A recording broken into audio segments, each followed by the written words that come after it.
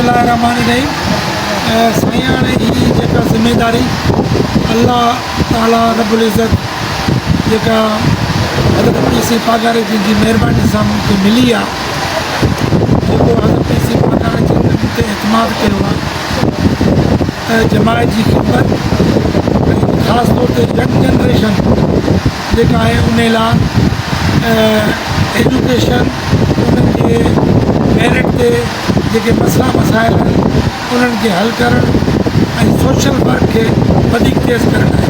जेको new vision आहे हज़रत पीसी पागार जिन जो इहो ई आहे त जीअं त नओं जदीद दौरु हली रहियो आहे ऐं अञा अॻिते जदीद दौरु ईंदो त इनशा अल्लाह ताला जमात में बि हिकिड़ी नवाण अचे, उन में इंसाफ़, मेरिट, एजुकेशन, ग़रीब माण्हू जेके बीमार आहिनि उन्हनि जी हेल्प करणु,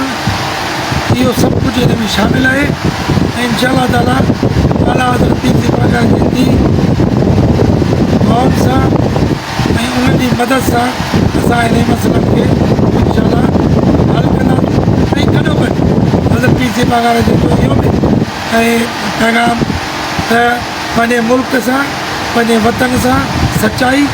पंहिंजी पाक फौज सां सचाई, नज़रियाती कम जेके सरहदूं आहिनि उन्हनि जी हिफ़ाज़त करणु,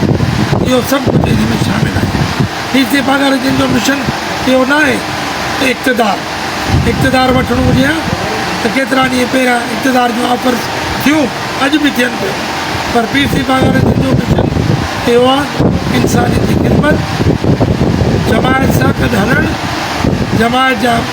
जेके पाड़ेसरी दोस्त आहिनि, वास्ते वारा आहिनि, उन्हनि जी ख़िदमत करणु आहे। पोइ इनशा अल्लाह ताला कोशिशि कंदासीं